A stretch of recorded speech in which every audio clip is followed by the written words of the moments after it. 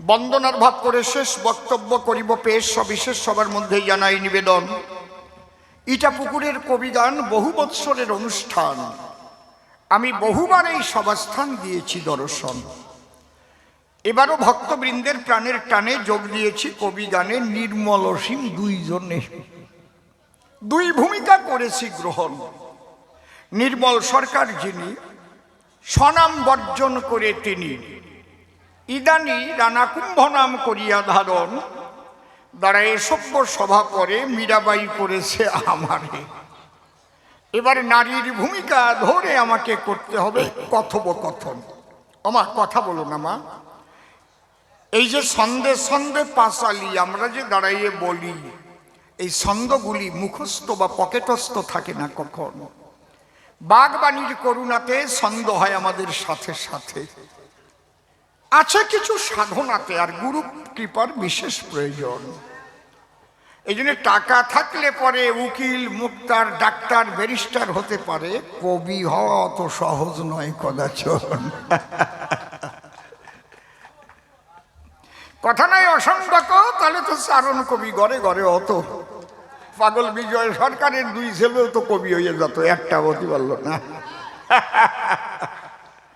কি দেব পরিচয়? রসিক বাবুর এক ছেলে কবি গান গায়, মণিশঙ্কর তার নাম, শোনেন দিয়ে মন। সেও ভালো গান করে। দাঁড়ায় বলি সভা পরে আমি গান গাইতে গিয়ে ওপার বাংলায় তার সঙ্গে কয়েক পালা করেছি কীর্তন। চুপ করে থাকেন সবে। এবার আমাদের ভূমিকায় যেতে হবে, যে ভূমিকা আমাকে করেছে অর্পণ। আমি এবার স্বনাম পরিহরি, মীরাবাইকে প্রণাম করি। মীরাবাই নাম ধরি সবারই সদর। যার নাম ছিল মীরা, কৃষ্ণ প্রেমে অধীরা। সেই কৃষ্ণ প্রেম ভক্তির কিঞ্চিত মাত্র আমি করি নাই অর্জন।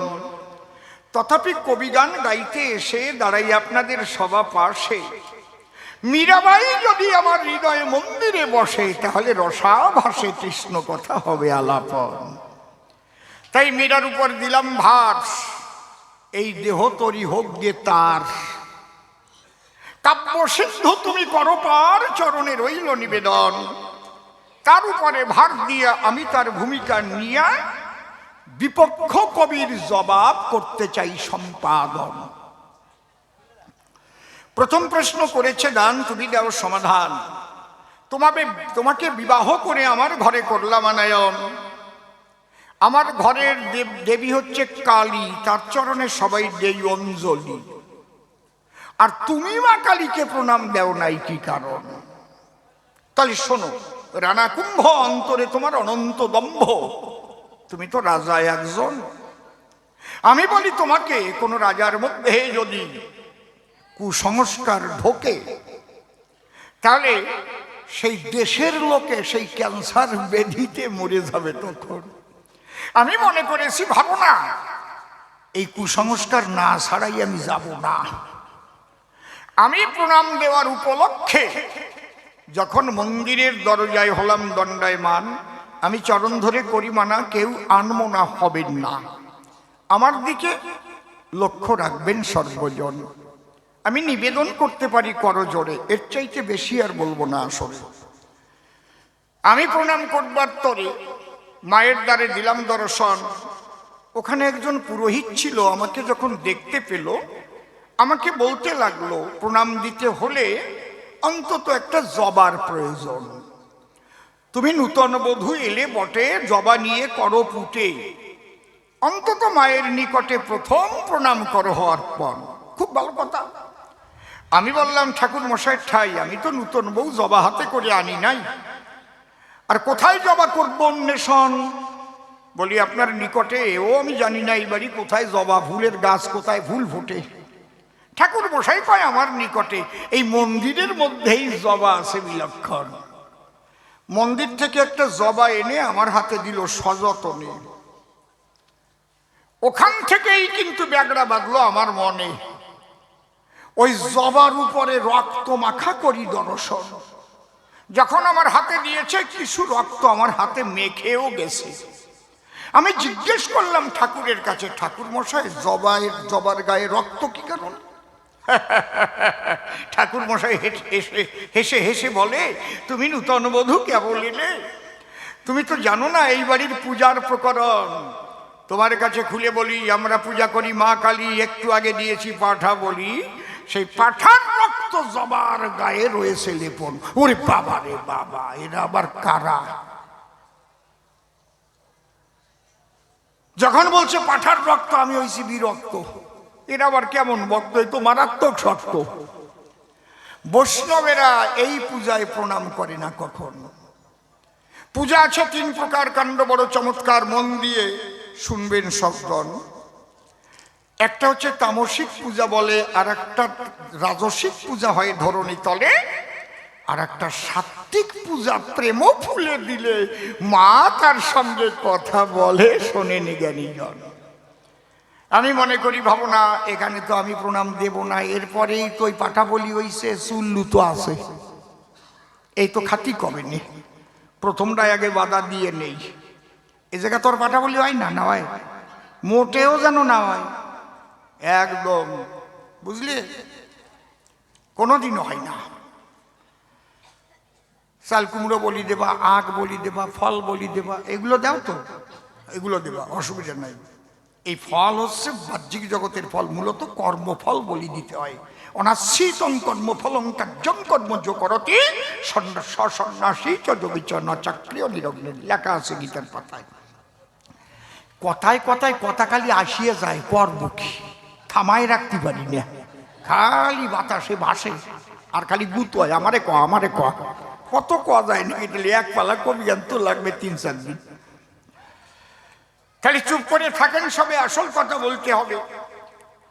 আমি ঠাকুর মশাইকে প্রশ্ন করলাম, উত্থাপন, আপনি আমার কথা লবেন, আমাকে একটু বুঝাই দেবেন, এই পাঠা বলি কোন শাস্ত্রে রয়েছে লিখন?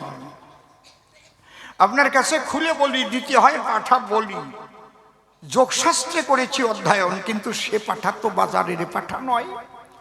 মা কালী কি রক্ত খায়? পাঠার রক্ত সে তো খায় না কখনো। একদিন শিব ঠাকুর ডেকে বলে, আপনারা দেখবেন পদ্ম পুরাণ খুলে, কালী তোমার পূজা করবে বলে অনেকে তোমার দ্বারে পশু বলি দেয়, পাঠা দেয়, মহিষ দেয়, নরবলি দেয়। আমার কাছে বলো দেখি, তুমি কি হলে পাঠাকে কি এগুলো তুমি গ্রহণ করো কি না করো, বলো আমায়।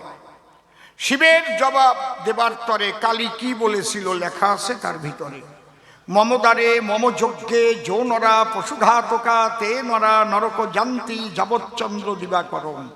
আমার যজ্ঞ, আমার দ্বারে, আমার পূজা করবার তরে যদি কোনো নারী নরে পশু বলি দেয়, অন্তর দিয়ে দেখো ভেবে যতদিন চন্দ্র সূর্য জগতে রবে, কুম্ভীপাক নরকে তারা হইবে নিলয়।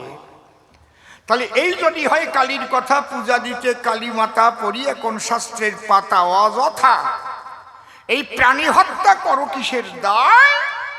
এই কারণে প্রণাম দেই নাই, খুলে বললাম তোমার ঠাই। দেখি এবার ও আইসের বিরুদ্ধে কি কয়, বানাইছে কি? পাঠা বলির কথা লেখা আছে, সে কোন পাঠা? দেহের মধ্যে 6টা পাঠা দিবানিশি ঘটায় লেখা, কাম ক্রোধ লোভ মোহ মদ মাৎসর্য যারে কয়।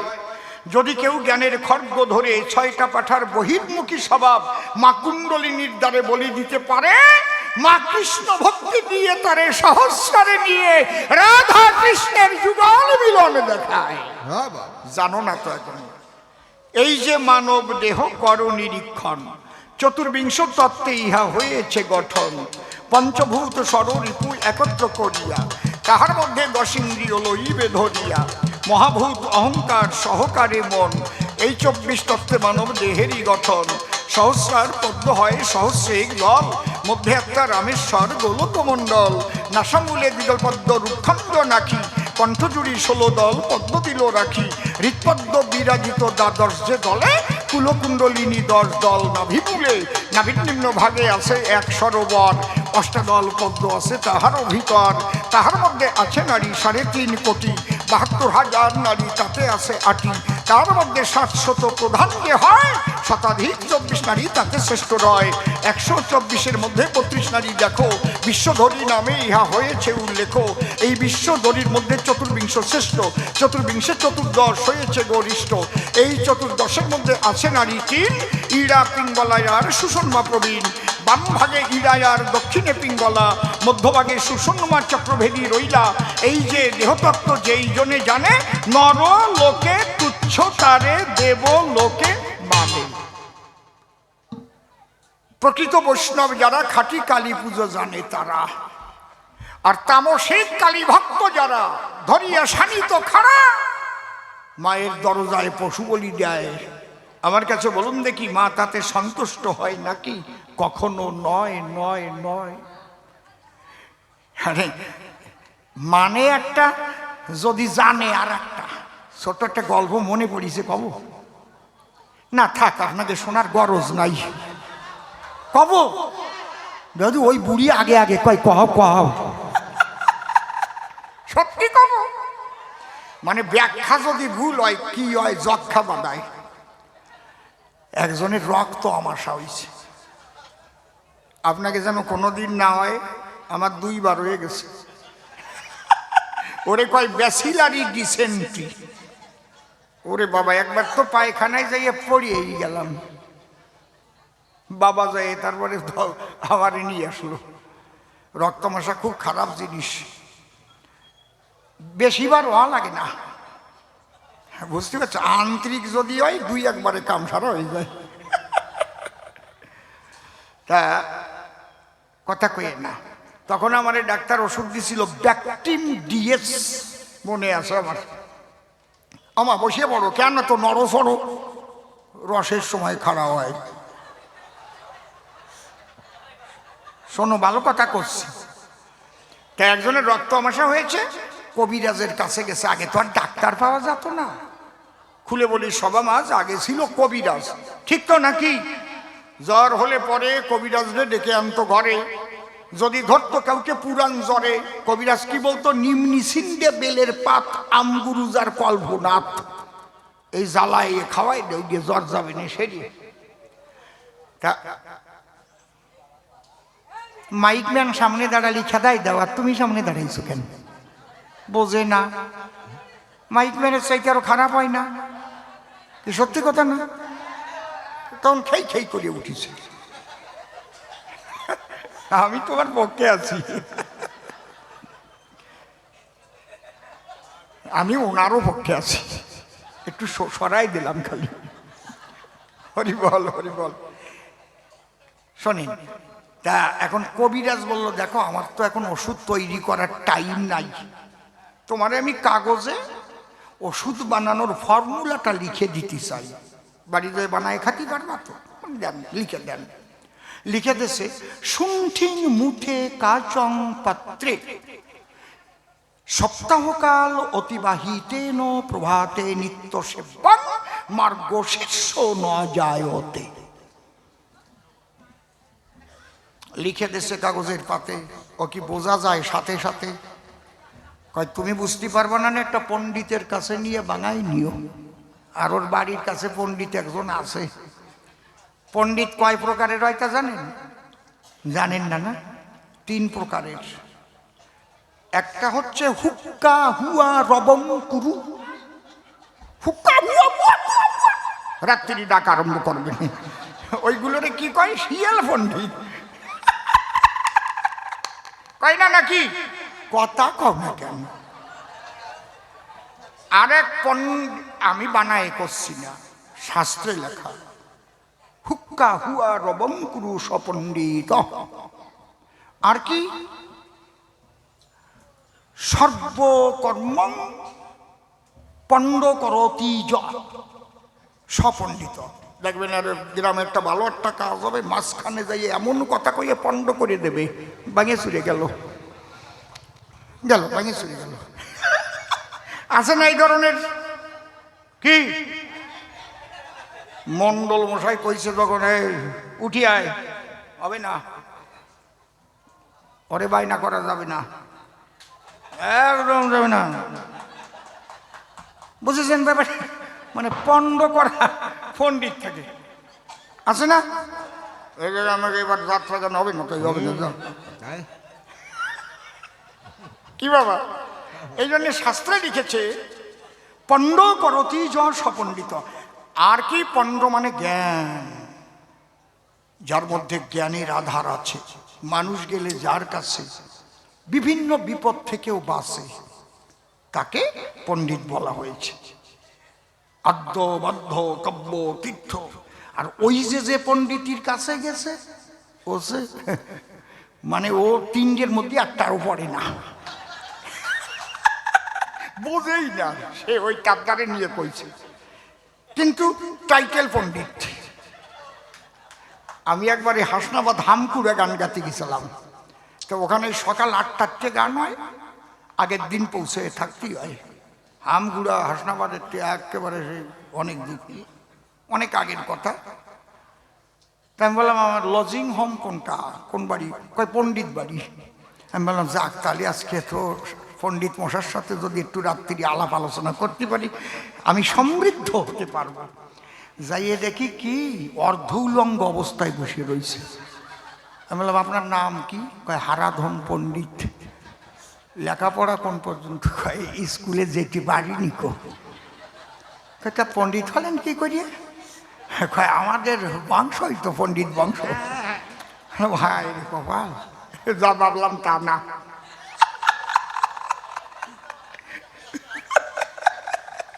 বউ বাজারের মতো একটাও বউ কিনতে পাবা না,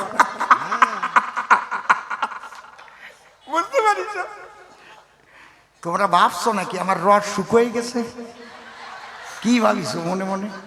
মরার আগের দিনও রসে টুবু টুবু থাকবো। অনেকে মনে মনে ভাবি তাই অসীম সরকার বুড়ো হয়ে গেছে, এখন আর রস নাই। ওরে হাসে কি খালি ধর্ম কথা বললে হয় নাকি? মাঝে একটু হাসি না হলে কবি গান কয় কি? সত্যি কথা কি না? কি কন আপনারা? বাহ, এই তো খালি খালি ইটা পুকুর। তা ও দেশে নিয়ে এর মধ্যে আমার রক্ত মাসার ওষুধ আছে, কি দিয়ে বানাবো? ও তো বুঝতে পারতেছে না। শুনঠি মানে কি তো বোঝে না তো। মারাত্মক শক্ত জিনিস রে। আচ্ছা, শুনঠিং মানে শুকনো তালের আঠি। ব্যাখ্যা করতেছে, ভালো করে শোনো, মুখস্থ করে নিয়ে যাও। শুনঠিং এখন দেখে লেখা মুঠে। ওই পণ্ডিত কয় এই জায়গায় একটু ভুল আছে, এই জায়গায় থ হবে না, ত হবে মুতে। শুকনো তালের আঠি মুতে। ব্যাখ্যা করতেছে ওই রানা কুম্ভের বাড়ির কালী পুজোর মতো। শুনঠি মানে মুতে কাচম পাত্রে, বুঝতেছে না? কাচম পাত্রে, কাচম পাত্রে, ও বুঝতে পারছি। ওই যে কাসিম কাটিয়ে খাবার পরে যে চাড়া থাকে, ওইটা বলে পেশাব করতে হবে। এক চাড়া আর ওর মধ্যে তালের আঠি ভিজতে হবে, রক্ত আমার সারো। শুনছি মুঠে কাসম পাত্রে সপ্তাহকাল অতিবাহিত নো, ওরা এক সপ্তাহ বেচবে। প্রত্যেক দিন প্রস্রাব করে করে তালের আঠির মধ্যে এক সপ্তাহ বেজার পরে, তারপরে ওইটা খালি পরে তোমার রক্ত আমাশা যাবে শরীর। প্রভাতে নিত্য সেবন, প্রত্যেক দিন সকালে একটু একটু করে কাটি কাটি কাটি কাটি খাবা তালের আঠি। ওকায় আমার আমাশা সারিয়ে গেছে। কই ওষুধ বানাতে পারলে না, সারলো কি করিয়ে? কই ওই ছাতা খাওয়া যায়? 7 দিন ধরিয়ে প্রস্রাব করিয়ে কাশিমির চাড়ার মধ্যে যদি কেউ তালের আঠি ধরিয়ে ভিজয়ে খায়, ওই আর 7 দিন বসে খাওয়া যায়? কয় দাঁড়াও, এরপরে ও শ্লোক আছে, লিখে দিছে। মার্গ শীর্ষ ন যায়তে। শীর্ষ মানে মুখ, মার্গ মানে গুজ্জিদ্বার। যদি কারো মুখ দিয়ে না যায়, তাহলে পাশা দিয়ে যেন হাতুর দিয়ে বাড়িয়ে ঢুকোয়ে দেয়, তাহলেই আমার সারিয়ে যাবে। ওই মা আমার মরিছে রে। আর কব না, আমার জীবন ভরে গান গাই আমার আসলে 2 জন মরছে আসতে আসতে। এই তাকলা প্রাইমারি স্কুলে একজন মরেছিল, ওই বাবা হাসতে হাসতে আর ফেললো না, হাসপাতালে নিয়ে গেল, মরিয়ে গেল। আর ওপারে মগরা সুকান্ত বললি একজন মাইরি। এই জন্য আমি এখন হাসির কথা একটু কম কই।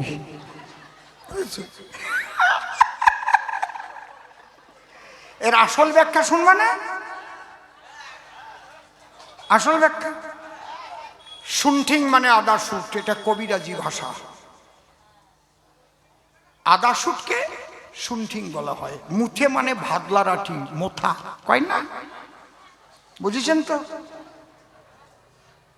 ভাদলা রাঠি শুকাতে হবে, শুকায়ে নিয়ে আর আদা শুট, শুকনো আদা, এই যে আমার গালের মধ্যে আছে, নিলাম একটু আগে গান গাওয়ার আগে ভরিয়ে দিছি একটু। তাহলে আদা শুট, ভাদলা রাঠি, মুঠে ওরে কয় মোথা, ভাদলার মোথা। কাচন পাত্রে মানে কাঁচের গ্লাসের মধ্যে ওইটা ভিজিয়ে রাখতে হবে।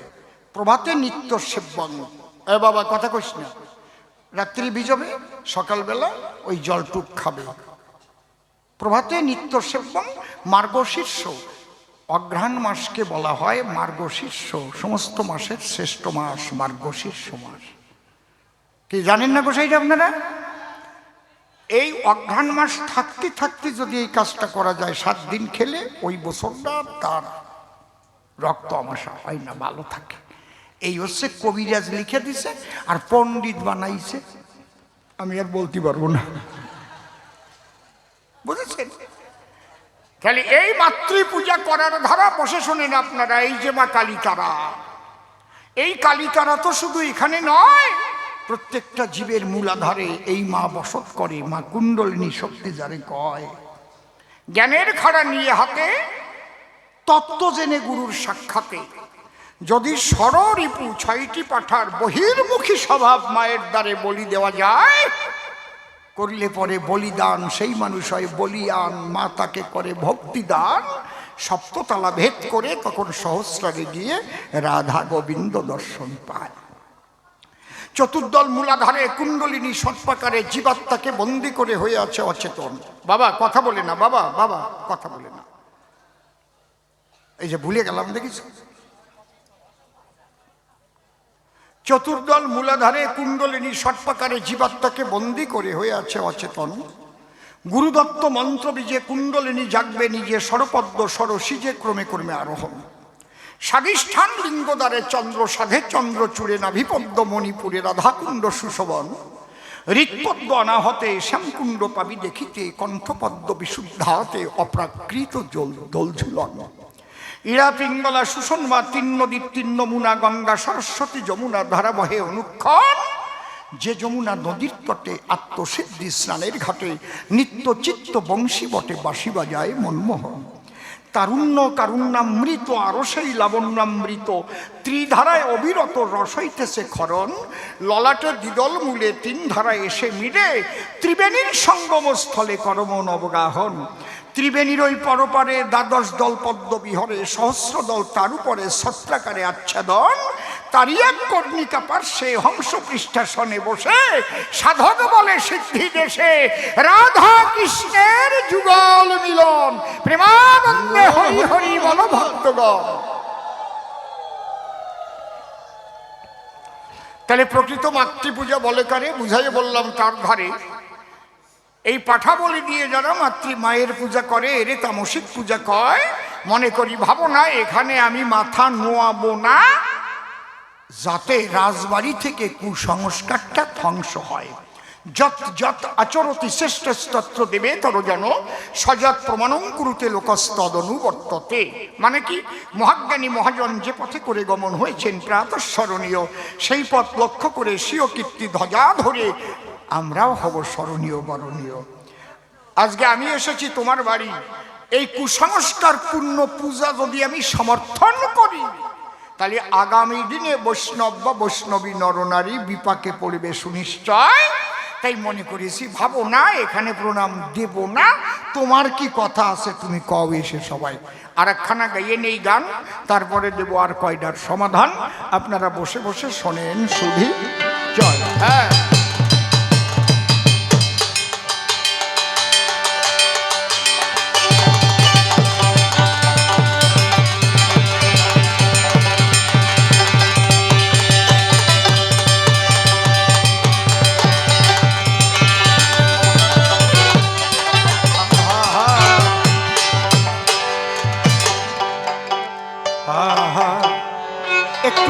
আমাকে স্লাইড। তুমি প্রথম নিও ভালোবাসা,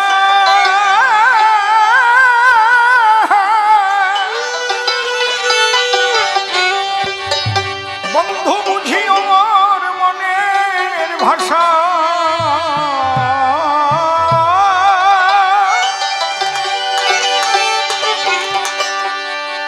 আমার গোপন আশা ভিজিয়ে দিলাম আমার নয়নের জলে।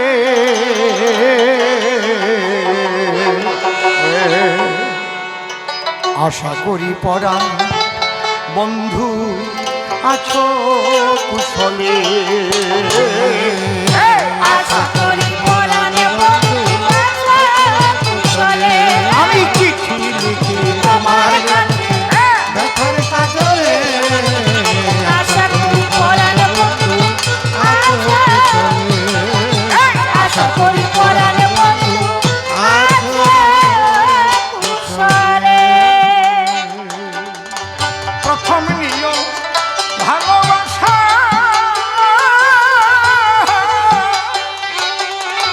বুঝিও মোর মনের ভাষা। বন্ধু প্রথম নিও ভালোবাসা, বুঝিও মোর মনের ভাষা। আমার গোপন আশা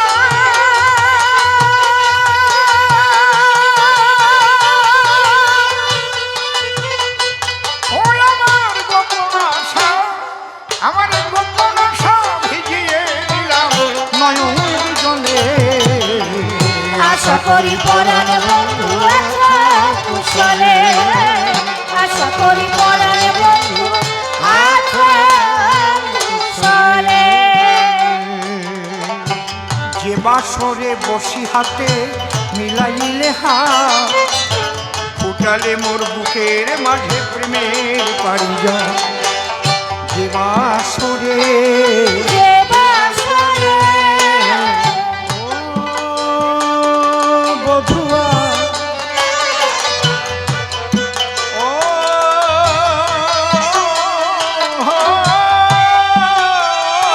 বধুয়া রে, ও বধুয়া যে বাসরে বসি হাতে মিলাইলে হাত, ফুটালে মোর বুকের মাঝে প্রেমের পারি। সে বাসরে শূন্য হিয়া আমি বসে আছি তোমাকে চাহিয়া। বন্ধু সে বাসরে শূন্য হিয়া আমি বসে আছি পথ চাহিয়া। তাদের মন পাতিয়া, তাদের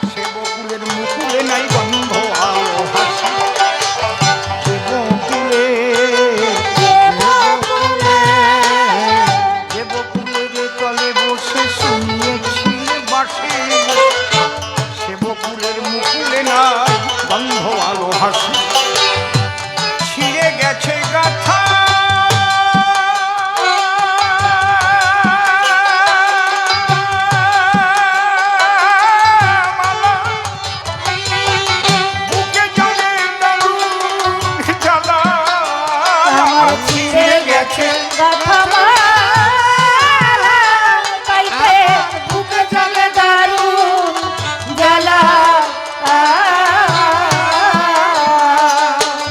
আমি একলা কাঁদি, ও আমি একলা কাঁদি, একলা কাঁদি কুলবালা বসে নিরালে। আশা করি পরাণ বন্ধু আছে কুশলে, আশা করি পরাণ বন্ধু আছে কুশলে। ভুলে যাওয়া পথ কি বেয়ে ভুল করে এসে পারো যদি দেখে যেও দিবসের শেষে।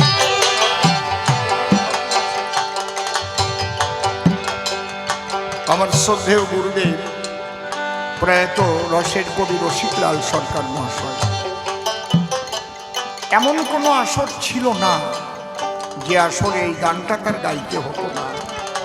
এই আসরে তিনি বহুবার এই গানটি গেয়ে গেছেন, ঠিক তো নাকি বেঠিক? তার কণ্ঠে আপনারা শুনেছেন। আর যখন 71 সালে ঘটনা হয়েছিল ওপার বাংলায়, তখন রিফিউজিরা যখন এসেছিল, উনিও তো সেই সময় এসেছিলেন, আমি তার আগে এসেছি। আমরা তখন ছিলাম দার্জিলিং জেলায়, আমাদের বাড়ি ছিল রাঙাপানিতে। ফাঁসি দেওয়া হয়ে সমস্ত ট্যাঙ্কগুলো যেত, যুদ্ধের ট্যাঙ্ক, বর্ডার ফাঁসি দেওয়া। তা আমার গুরুদেব প্রথম গান করেন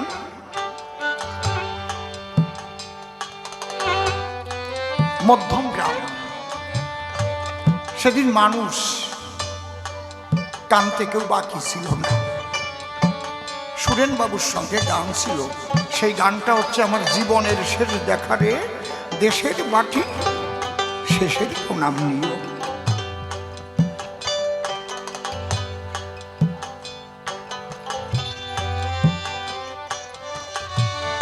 জীবনের শেষ দেখা। রসিকবাবুর এই গান বিশ্ববিখ্যাত গান, যেমন পাগল বিজয় সরকারের পোষা পাখি, রসিকবাবুর চিঠি লিখি, অসীম নীলাকাশ, এতে তিনি একটা পদ দিয়েছেন,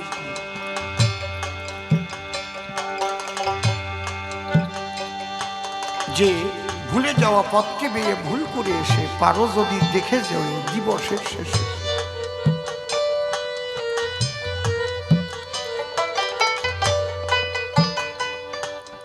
কাকে বলছে? ঈশ্বরকে বলছে। এই চিঠি কিন্তু জাগতিক জগতের কোনো চিঠি নয়, জীবাত্মা পরমাত্মার কাছে চিঠি পাঠায়। তাকে কেউ বন্ধু বলে, কেউ নাইয়া বলে, কেউ দরদি বলে। পাগল বিজয় সরকারের অনেক আমার জীবন দরদি হবে। তিনি যে কথাটা বলতেন, সে কথাটা আজও আমার মনে পড়ে। ইমন,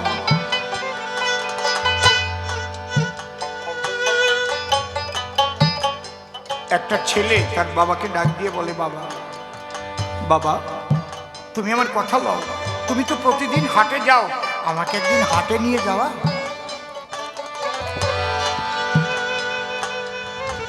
ছেলে যদি আবদার করে, বাবা না নিয়ে পারে, বাবার হাত ধরে ছেলেটা হাটে গেল।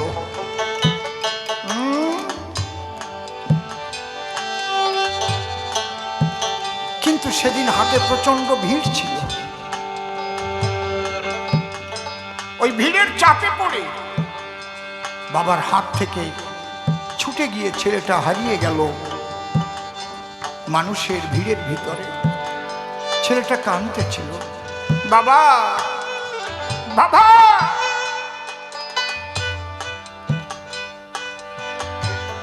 এক দোকানদার দেখে ছেলেটাকে বলে ডেকে, খোকা তুই কাঁদিস কেন? ছেলেটা বলে দোকানিকে, আমার বাবা হারিয়ে গেছে। দোকানি ছেলেটার কাছে বলছে, তোর বাবার এ হার চেনা আছে, তোর বাবা হারায় নাই, তুই হারাই গেছিস। আমি এখন কি করব?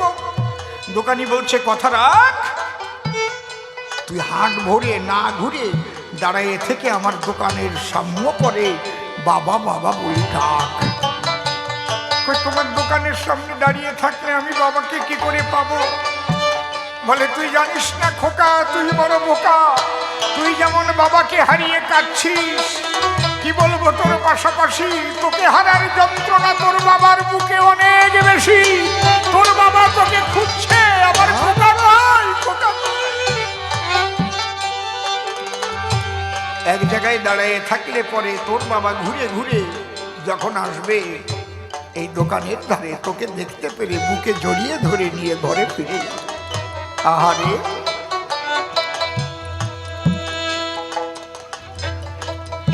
পথ আমরা ভুলে গেছি। মায়ার হাতে হাত করতে এসে 16 আনা তবিল নিয়ে মায়ার হাতে হাতুড়ে হয়ে এসে হারিয়ে গেছে। তাই বিশ্বপিতার কাছে কবি প্রার্থনা করেছে, হে বন্ধু,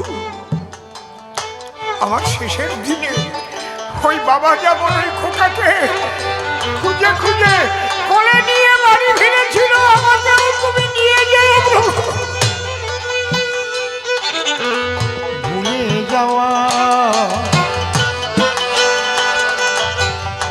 যাওয়া পথটি বেয়ে ভুল করে এসে পারো যদি দেখে গেল দিবসের এসে আমি কেমন আছি পরের ঘরে, তুমি দেখতে পাবে নয়ন ভরে। আমি কেমন আছি পরের ঘরে তুমি দেখতে পাবে নয়ন ভরে। আছে বনবিহঙ্গী, ওই আছে বনবিহঙ্গী, আছে বনবিহঙ্গী কেমন করে বাধা শিকলে।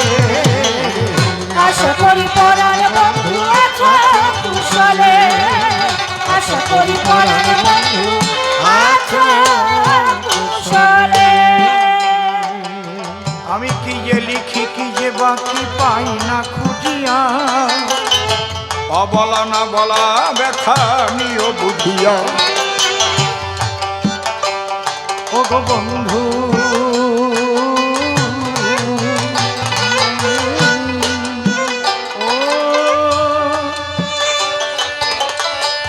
লাগাও।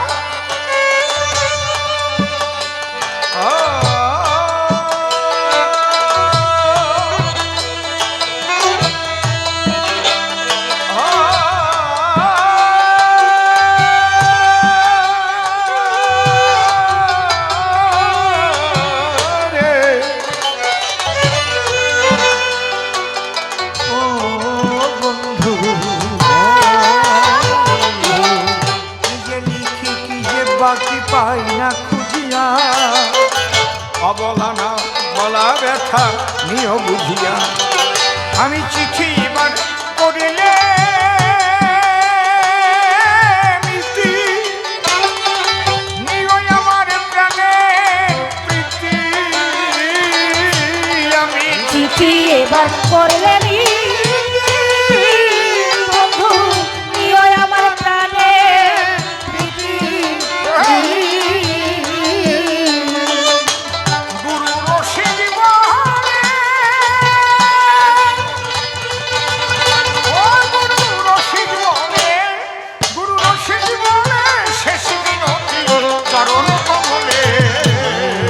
আশা করি পরাণ বন্ধু আছো কুশলে, আশা করি পরাণ বন্ধু আছো কুশলে।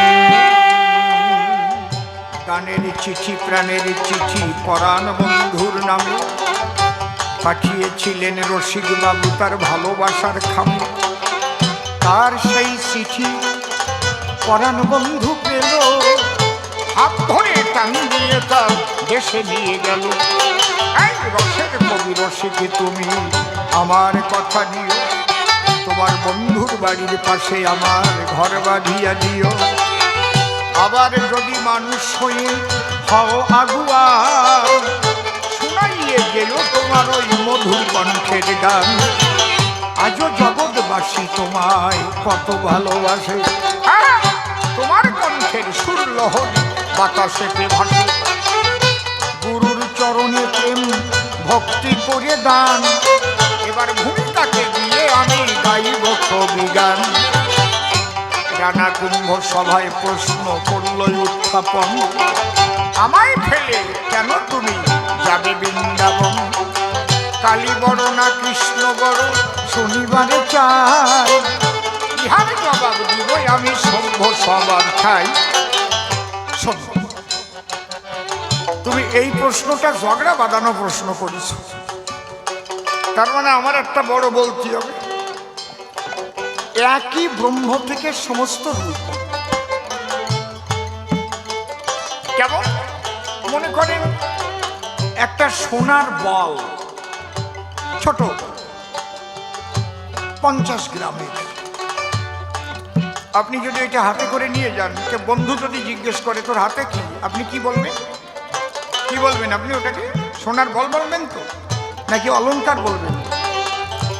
ওইটা যদি আবার শেখরার কাছে নেয়, ওই দিয়ে 7-8টা যদি গহনা বানায়, নাকের ফুল কানের দুল, কি বানায় গলার হার, দেখতে কত সুন্দর লাগবে, চমৎকার। ওইগুলো বানায় ছোট ছোট বাক্স ভরে ভরে দেয়। ওই যদি আপনি নিয়ে তখন ফিরে আসেন, সেই বন্ধুই যদি জিজ্ঞেস করে এই তোর হাতে কি, আপনি কবেন সোনার বল, স্বর্ণ অলঙ্কার আমার গিন্নির জন্য বানাই দিয়েছি, রস কত।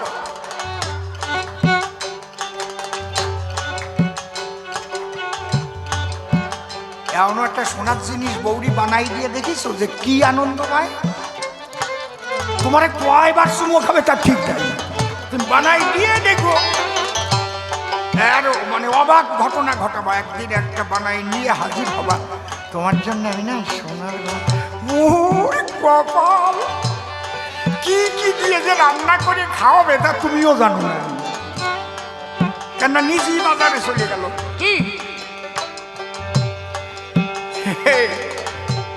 মাঝখানে একটু রস করে নিলাম, খাঁটি কথা কইছি না একদম। তুই বিয়ে করেছিস? এটা কি করে করলি? একদম ঠিক।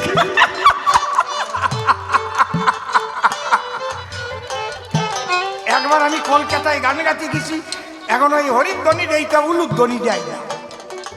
আমি ভাবতেছি ব্যাপার নাকি, ওনাদের তো একটা আলাদা ব্যাপার না, ওই লিপস্টিক টিক যদি মুছিয়ে যায় আবার নাকি। এবার আমি বলছি এইবার যারা উলুধ্বনি না দেবে তাকে বিয়ে হবে না। এক বুড়ি আগে দেশে, আমি বললাম ও বুড়িমা তোমার কি বিয়ের বাতি কুটিছে নাকি?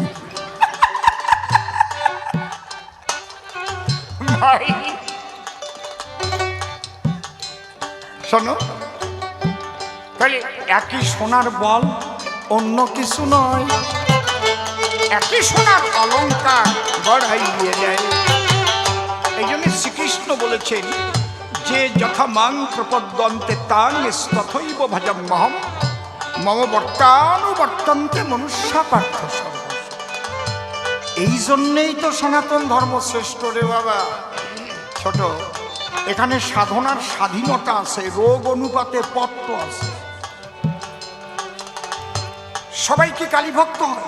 সবাই কি কৃষ্ণ ভক্ত হয়? সবাই কি শিব ভক্ত হয়? সবাই কি হরিচাঁদের ভক্ত হয়? তুমি একজনের ভক্ত হও, যার হও, কিন্তু বিভক্ত হও না, বাগে বাগে বিভক্ত হও না, ভক্ত হও।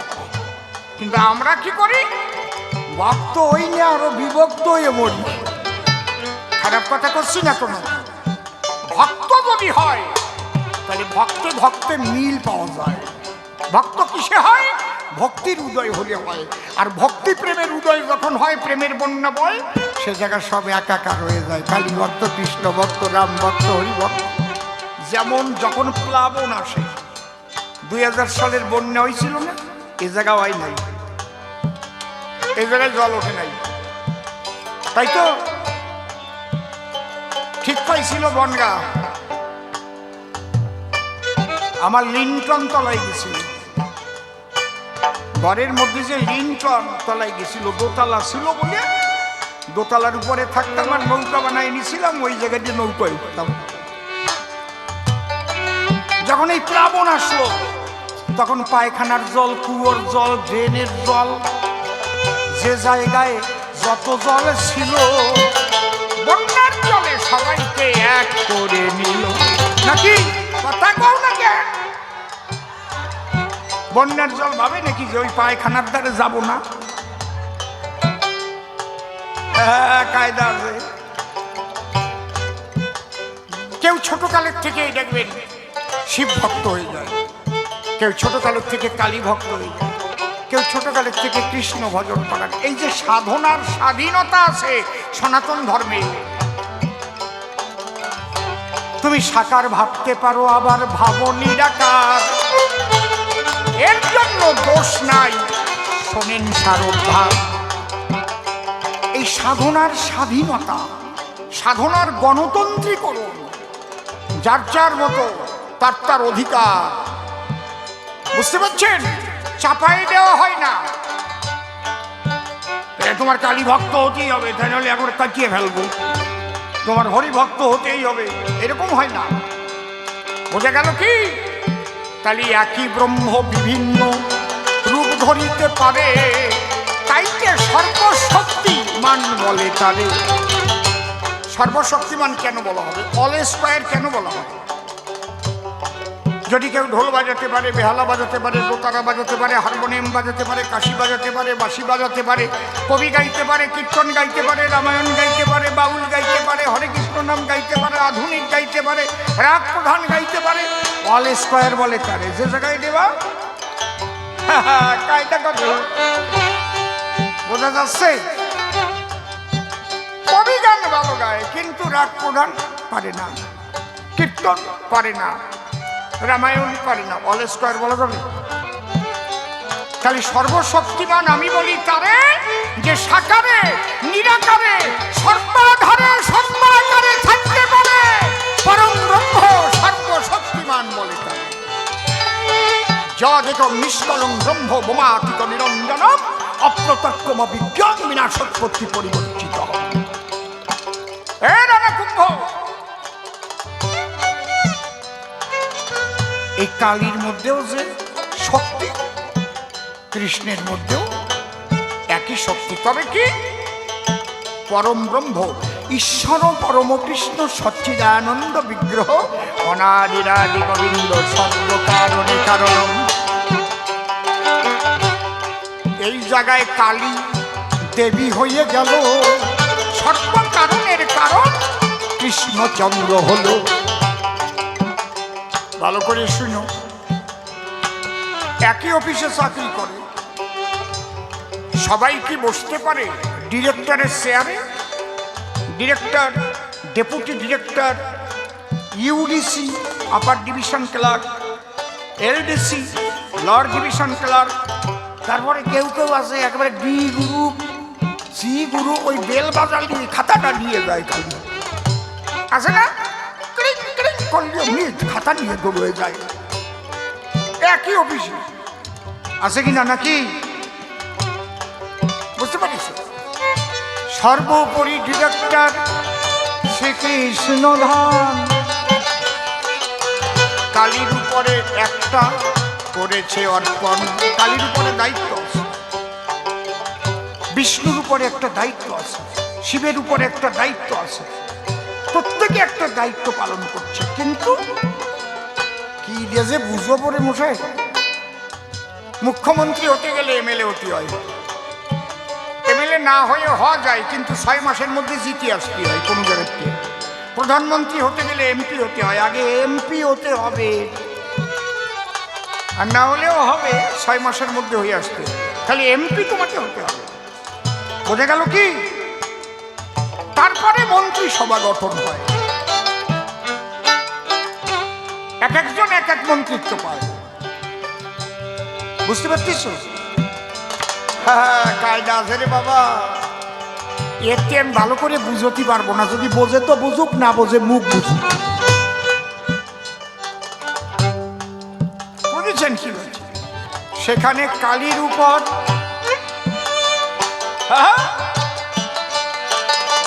অসুর বধের করে সেই দায়িত্ব পড়েছে বলি যে এবারে, তাই কৃষ্ণচন্দ্র শ্রেষ্ঠ বটে তোমারে জানাই, যেমন প্রধানমন্ত্রী মুখ্যমন্ত্রী শ্রেষ্ঠত্ব পাই, কিন্তু সবাই এক এমএলএ ভোটে জিতিয়া এলো, আবার এমপি ভোটে জিতে কিন্তু প্রধানমন্ত্রী হইল। তাহলে শ্রীকৃষ্ণ অনাদিরাদি গোবিন্দ সর্ব কারণে কারণ। আবার বললে বৃন্দাবনে যাচ্ছ কি কারণ? বৃন্দাবনে যাওয়ার ইচ্ছায় আমার ছিল না কখন। তুমি আমাকে বাড়ির বাইরে ঘর বেঁধে দিলে, একটু ব্যথা লাগলো না তোমার দিলে? তুমি আমাকে বিয়ে করে নিয়ে এলে, আমি নয় পূজায় প্রণাম করলাম না। তুমি তো বলতে পারতে এ বাড়ি থেকে আজ থেকে আমাদের পাঠা বলি আর হবে না, আমরা সাত্বিকভাবে পূজা দেব। তা না বলে ব্রাহ্মণ আর তোমার মা বললো ওরে বাড়ির বাইরে। এটা কি এর কয় কোন হিটলারি আইন? আমি একটা নতুন বউ আমার পথের বাইরে একটা ঘর বানিয়ে দিয়েছে, তাও আমি বাপের বাড়ি যাই নাই। কত ভালো মীরাবাই, বোঝো না? আমি গান গাই বসে বসে, সেই গান ভালো লেগেছিল তানসেনার আকবর, তাই একটা মালা পরিয়ে দিল আমার কৃষ্ণের গলার পর। তাতে কি দোষ হয়েছে? আমার কৃষ্ণ তো বলে নাই আমি খালি হিন্দুর কৃষ্ণ। কোন জায়গায় লেখা আছে যে কেউ কৃষ্ণকে ভালোবাসতে পারে? হরি তো বলে নাই আমি শুধু হিন্দুর হরি। তাহলে 3 কোটি মিয়া মতু হলো কি করে? 4 কোটি, 5 কোটি, 6 কোটি? হ্যাঁ, কত খ্রিস্টানরা এসে দেখো মায়াপুরে নাচে, কৃষ্ণ নামের মালা তারা সবাই জপিতেছে। আছে না নাকি? কথা কাও না কেন? তাহলে ভালোবেসে দিল মালা গো, তাতে কি ঘটনা হলো? আমাকে ঘরের মধ্যে আটকাইয়ে আগুন জ্বেলে দিল। ওনার বোনির কথা শুনি, ওই যে যমুনা 13 বার বিয়ে হয়েছে, 13টা স্বামী খাইছে। এইবার দাদার বাড়ি আসে গন্ডগোল বাজাচ্ছে, বুঝলি? 13 স্বামী খাবুয়া, তার কথা শুনে আমার ঘরে আগুন দিয়েছে আমাকে শুদ্ধ কৃষ্ণকে শুদ্ধ পোড়াবার জন্য। কিন্তু কৃষ্ণ বুকে নিয়েছিলাম আমি মীরাবাই। আগুনের স্ফুলিঙ্গ আমার অঙ্গে লাগে নাই, ঘরখানা পুড়ে পুড়ে ছাই হয়ে গেল। আমার বুকে প্রাণ গোবিন্দ গিরিধারী ছিল, পুড়লাম না যখন ছিলাম অক্ষত অবস্থায়। কৃষ্ণ আমার কানে কানে ঢেকে ঢেকে শোন, এতদিন ছিল রানা কুম্ভ স্বামী, আজ থেকে রানা কুম্ভ হয়েছে 1 নম্বর আসামি। এর ভর করো না মীরা, আমার কথা লবে, তুমি আমায় নিয়ে তাড়াতাড়ি ব্রজধামে যাবে। এই জন্য কৃষ্ণ নিয়ে ব্রজে যেতে চাই। বলুন তো আপনারা আমার কি অন্যায়? সকলে ফেলে হরি বলে এবার ব্রজধামে যাব, শেষ জীবনটা সাধু সঙ্গ করিয়া কাটাবো। এই যে সাধু সঙ্গের উপরে আর কোনো কিছু নাই, তাই সাধুর বাজার মিলে গেছে দেখিবারে পাই। সবাই মিলে উলুধ্বনি হরি ধ্বনি করো, বাহু তুলে করো একবার হরি গুণগান। এই জন্য প্রতি বৎসর সাধুর বাজার মেলে আমরাও তো এখানে আসি যে সকলে। আর একটা প্রশ্ন আমায় করে গেছে বটে, তার জবাব দিয়ে যাব আপনাদের নিকটে। বলে ত্যাগ ভালো না ভোগ ভালো জানিবারে চাই, তার জবাব দেব আমি ভক্তা মীরাবাই। ত্যাগের চাইতে শ্রেষ্ঠ জিনিস জগতে কিছু নাই, বোঝো কিনা রাজায় আমি জানিবারে চাই। ত্যাগেই তো পরম শান্তি শোনো দিয়ে মন, ভোগেই দুর্ভোগ করে আনায়ন। ভোগে যত দুর্ভোগ বাড়ে বলি তোমার ঠাই ত্যাগের চাইতে এ জগতে শান্তি কই আর নাই। যে যত ত্যাগী হতে পারে তত শান্তি পায়। পরিষ্কার জবাব দিলাম দাঁড়াইয়ে সভায়। দেখি এরপরে এসে কোনোভাবে কি কয়, কোনোভাবে ভাবধারা সে উঠাই দিয়ে লয়। প্রথমবারে অনেক কথা বললাম সবার ঠাই, আর বেশি বলবো না আমি যে জানাই। তার কথা শুনে শুনে মনে আছে ভাবো, আবার এসে সভা পাশে জবাব দিয়ে যাব। কেন আর বেশি কথা বলিবারে যাব, ফিরে তার কথায় আমি শুনে লব। যেভাবে তো সেই যাবে প্রশ্ন করে গান, আমি এসে রসভাসে দেব সমাধান। সে তো এর চাইতে বলে নাই আর বেশি, বেশি বলে কেন আমি হতে যাব দোষী। এই বাগানা কুম্ভ আলোচনা করে মায়ের কথা একটু বলে জানাশো। দাঁড়াও দাঁড়াও দাঁড়াও। আচ্ছা, এই যে তুমি যে পতি সেবার কথা বললে, তোমার মা কালী তার পতি শিবরে ওইভাবে পাঠাচ্ছে কেন? এই পতি সেবা কি জগতে শিক্ষা দেবা? এর কারণ কি তুমি বলে দেওয়া? কি গোসাই দেখ, খারাপ কথা বললাম নাকি? উনি ওই রকম পতি সেবা যদি ঘরে ঘরে আরম্ভ হয়, মায়েরা যদি বাড়ি যায় কয় চিত সব পতি সেবা এই যাচিয়ে বলিছে সবাই, ঘটনাটা ঘটবে নাকি তাই কও। একটা লোক 8 মাসে তার প্রসব হয়েছিল, ওজন আর বাড়লো না, 38 কেজি ওজন হয়ে রয়েছে। বাড়ি টাকা পয়সা, গাই বাছুর, দুধ ধান সব আছে। তা বিয়ে করেছে ওই রকম দুধ টুধ পাইয়া, গরিব গরিব ঘরের পাইয়া, ভালো খাওয়া খাইয়া ওজন হয়েছে 1 কুইন্টাল 11 কেজি। বউর ওজন আর স্বামীর ওজন কত? 38 কেজি। কও, বুঝিয়ে দেখো।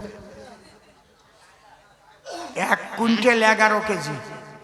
স্বামী যদি এই বৈদ্যারে দাঁড়ায় মনে হবে না একটা বেজি। এখন ওই বউটা না ওরে নিয়ে অত মারুতি ভ্যানের দরজা দিয়েও ঢুকবে না এইরকম, আর একটু খাটো টাইপের, তো এই দিক দিয়ে বাড়িছে বেশি আর কি, সাইডে বাড়িছে না। তো অত মাংস 1 কুইন্টাল 11 কেজি ধরবে কোন জায়গা? তাই কালী পুজোটা জীবনেও দেখে নাই। স্বামীরে কয় দেখো সবাই কালী পুজো দেখতে যায়, ইটা পুকুর যায় সবাই, আবার একটু নিয়ে যাও। কয় তোরে নেবো কোন কায়দায়? কয় অন্তত আমারে গরুর গাড়ি করিয়ে নিয়ে যাও একবার, বাঁশ দিয়ে ঠেলে ঠুলে তোলো। ওইভাবে তুলে নিয়ে আইসে, আসিয়ে দেখে কয় ওটা কি মূর্তি হয়েছে? কয় মায়ের মূর্তি। পায়ের তলায় কেডা? কয় ওনার পতি, পশুপতি, আর মা হচ্ছে তার সতী। কয় সতী হয়ে পতিরে পাড়াচ্ছে? কয় বোঝো না, চুপ করো, এই জন্যই তো পুজো খায়, না পাড়ালি কেউ কোনোদিন পুজো দিত? এইবার বউটা কয় আমার হয়ে গেছে দেখা। ও ভাবতেছে আজকে বাড়ি যাইয়া আমি সতী হব। ওই 1 কুইন্টাল 11 কেজি আর ওই 38 কেজি সতী হবে। বাড়ি যাইয়ে স্বামীরই খাবার টাবার দিয়ে কয় আজকে খাটে শুয়ে না, পাটি পাটিয়ে দিয়ে এসে ওই জায়গায় শীত হয়ে সব আমি আসতেছি।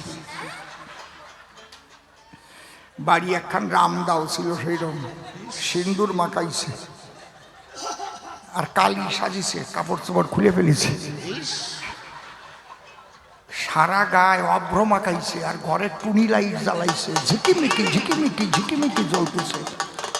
সব বড় লাইট সব বন্ধ করে দিয়ে ওই টুনি লাইট জ্বলতেছে আর নিপতেছে, ওর মধ্যে দিয়ে নাচতে নাচতে আসতেছে। ও ডাক বাজাচ্ছে এবার কালী পুজোর ডাক। এর মধ্যে স্বামী তাকাইয়ে দেখতে পারে ব্যাপার কি, পাহাড় পর্বত কি আসে আমার ধারে। কে তুমি, কে তুমি? বলে আমি তোমার সতী, তুমি আমার পশুপতি, আজকে আমি পাড়াবো, কালকে আমি পুজো খাবো। ও দেখছে সব বোনাস, ওই গোদা পাও দিয়ে যদি একটা ভাড়া দেয়। এমনি যখন বাইরে যাই সবাই কয় কি দাদা আপনার ছাদ মারিছে, তার রড ডাকে নাই, ব্যাপারটাকে আর ওর বের করা। ও কয় তুমি আমার ধর্মের মা, দহাই ধর্মের করিমানা, আমারে ওই গোদা পাও দিয়ে পাড়া দিয়ে না। কয় তুমি মা কইয়ে বসলে, আজকে আর হলো না, কালকে দেখবানি। পরের দিন সকালে সকালে উঠে ওই লোকটা আগে চলে আইছে ঠাকুর মশার দ্বারে। ঠাকুর মশাই, এই মূর্তি অল্টারনেট করেন, নিচেরটা উপরে দেন আর উপরের দ্বার তলায় দেন। কয় তার মানে? কয় তাই নাহলে আমি বাঁচবো না, আপনাদের 10,000 টাকা দিচ্ছি।